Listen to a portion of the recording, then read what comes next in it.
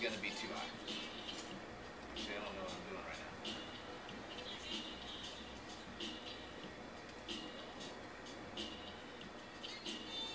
now. Alright, so we need to have a final bricks of 10, 20, and 10 after fermentation in order to get 9%.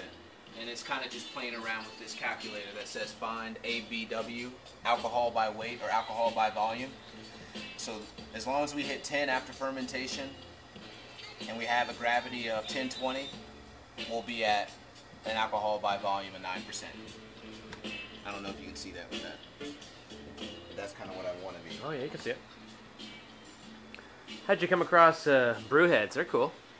Brewheads has a killer quick calculator system that will tell you strike temperatures to sparge calculators to hydrometer readings, correction readings for I guess if you give you the actual gravity when it's calibrated for like 60 degrees Fahrenheit. I mean it's a bunch of tools that a brew geek will need, and it takes less than a second for it to calculate the number. So I mean, you could have a chart in front of you on a book that you own, or you could just go online and use the technology. I mean, that's kind of. That's where people are going. Yeah, I guess that's where people are going. Mm-hmm. In about 15 minutes, we'll add. I have a recipe here that I use for my imperial stout, and 30 minutes, and we will add the fuggles. And we finish with King Goldings. In the ghetto homebrewing phases of boiling, we're about to add our fuggles, 4 ounces. Just tie it against the keg along with the cascade.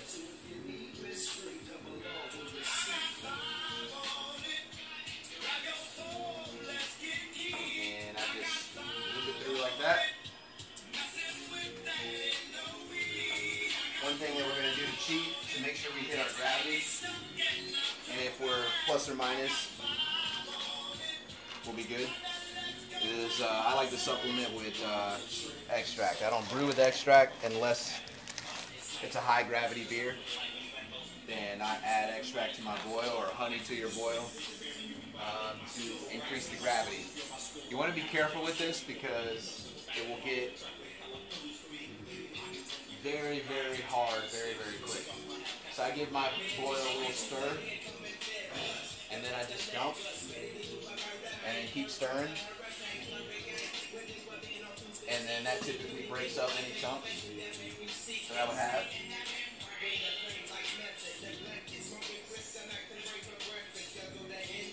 One thing that I forgot to add was Irish moss. I highly encourage you get one of these bags here. It's basically a concentrated and Irish moss product. It's basically a concentrated tablet of Irish moss, and what that does is drop all your proteins to the bottom and gives you a more cleaner, balanced beer. And that just kind of reminded me to add that. So it might be late, but better late than never.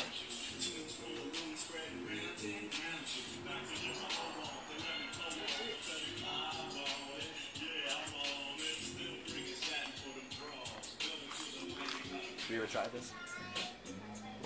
We're gonna get a test. We just added the extract.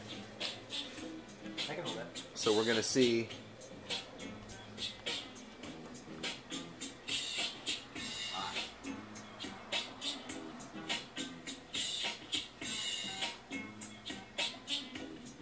How much that could have bumped this up.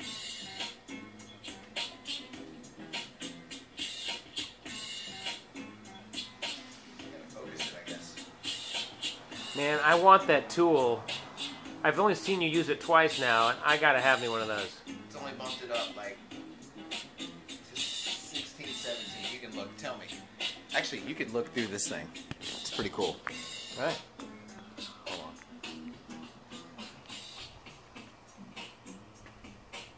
Oh, that's cool. That's the bricks. Mm-hmm.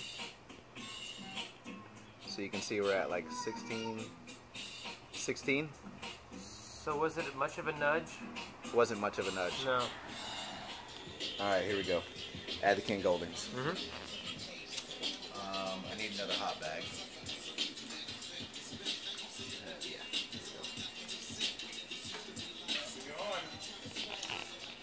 All right.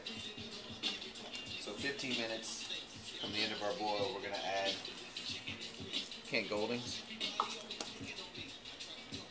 Wow, I can smell those from here. You can? Oh yeah. That's why it's an imperial stout, so you don't want to add too much bitterness to it. You want to keep it smooth. Is that the stuff that's going to rip the enamel off my teeth? Not really. Okay. That's actually a smelling camera, but they need a smelling computer. So if they don't have the smelling app downloaded, they won't be able to smell it. That's pretty rich.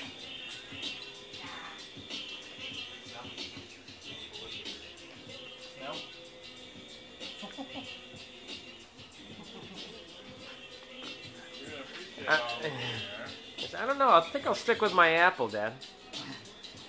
This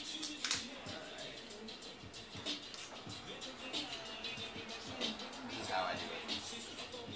Kind of loop it in there. So that's like that, and then I just put it on the other side. Only works if you're brewing about 10 gallons at a time, though, or else you need a longer strain. What is it, like 10 inches into it? Yep. Yep. And I kind of steep it a little bit. And I'm hoping that we stay at 10 gallons. If not, I'm going to add a little bit of water. We're a little bit right at it. So I'm going to add a little bit of water.